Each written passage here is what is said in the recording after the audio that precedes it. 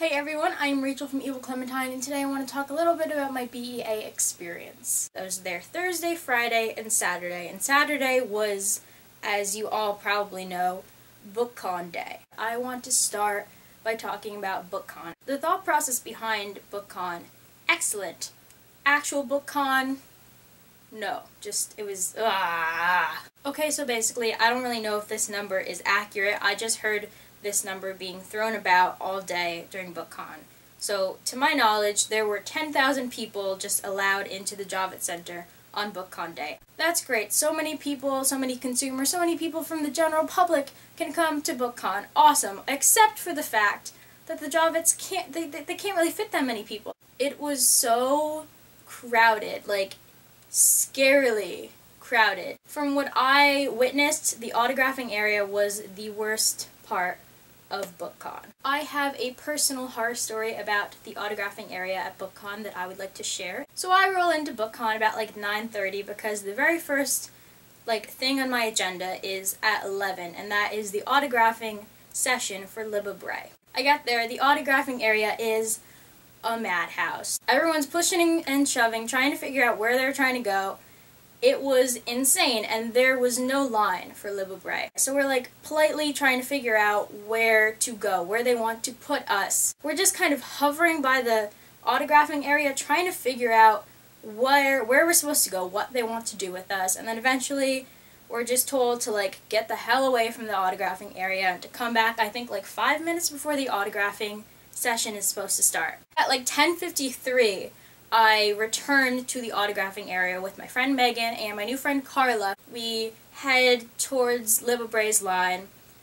It's even more crowded than it was before, because here's the thing. While Libre was supposed to be signing, we also had Barry Lyga, I'm pretty sure Jennifer L. Armentrout, and Alexandra Bracken, among others, all signing at the same time, so people were all lining up at the same time. When I say lining up, I mean surging in this unorganized mob toward the autographing tables. All of those authors are really popular, so they generated big, long lines of people. And when I say lines, again, I mean crowds, because there were no lines. So basically, I looked at the crowd and was like, this is not happening. I love Libre. She's one of my favorite authors. I would love to get a book signed, but I'm not getting to her in this crowd. So at this point, I kind of realized, this isn't happening. I should probably just get out of here, turn around, go someplace quiet. But there was really nowhere for me to go. I could not move forward to the autographing area, and the tables. Could not move backward to get out of there because people were pushing towards the tables. There were people, BEA attendees and BookCon attendees alike, who just kind of started screaming at each other, screaming at the people at the info desk, screaming at the people in the green shirts. Everyone was shoving. People apparently were getting elbowed and scratched. It was just terrible. But eventually, I got out of the area, the autographing area. I thought as soon as I exited that area I would be safe.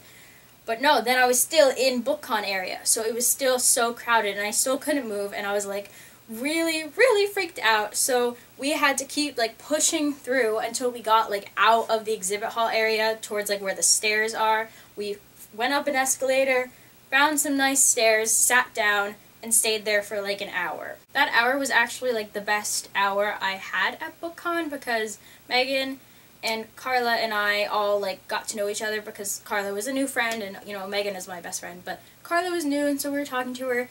And we were eating snacks and chilling on the steps, and it was low-key. Carla and I, we took off to go to the BookTube meetup. That was the best thing about BookCon, easily. Carla and I got there together, and the first person we saw was Heather from Bookables, who was really, really cool and nice. I then saw Tiernan, the booktuber. I got a picture with him. By the way, I got pictures with some people.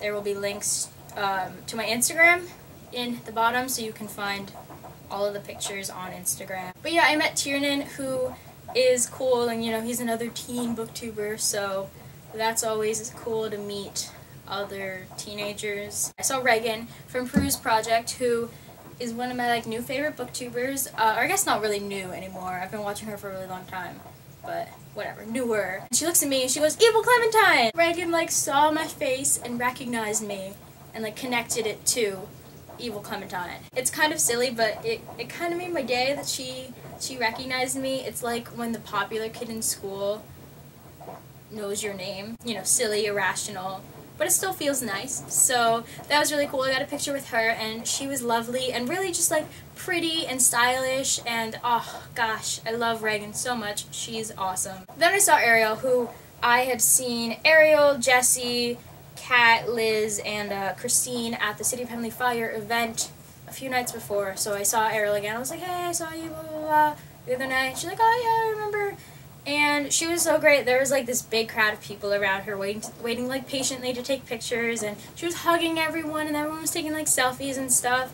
And she was just so sweet and happy and like bubbly, and she just looked so happy to be there, and she was so nice, and I love her. She's probably my favorite booktuber. And then I saw Jesse from Jesse the Reader, and he had this cute little group of teenage girls surrounding him, and they were like all really excited to see him. I mean, I am a teenage girl, just for the record, but yeah, all these girls are really like, oh my god, it's Jesse, and I just thought that was like really cute, because I mean, he's not, you know, from like One Direction or anything. He's the guy who makes videos on YouTube about books. So I just find it kind of cute that so many girls were like so like excited to see him. But yeah, so I saw him, and he was hugging everyone, and I was like, you have so many teenage girls here, and he was like laughing. Like, I mean, that's got to be, you know, part flattering but part uncomfortable, I guess, at the same time. But he recognized me. He was like, I totally know you from somewhere. I was like, yeah, I met you at the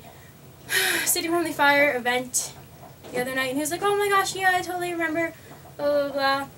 And we were chatting for a little bit, and he is so nice and awesome and cool, as are all of these booktubers. They're just so cool in real life.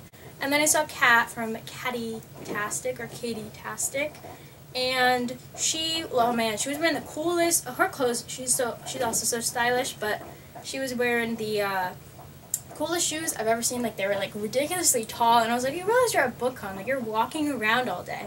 But you know what, she rocked it.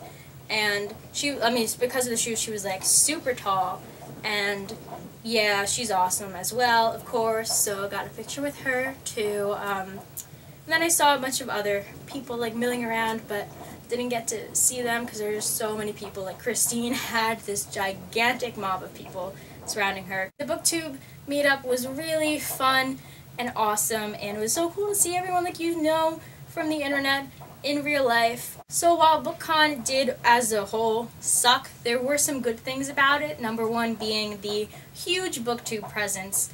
There were so many awesome booktubers there because BookTube kind of made it our thing to be at BookCon, and that was really cool to see all of these people in real life, to have all of these friends surrounding you. Even though you've never met before, we're all united by the fact that we BookTube, so we're all friends. And number two being the awesome people I met.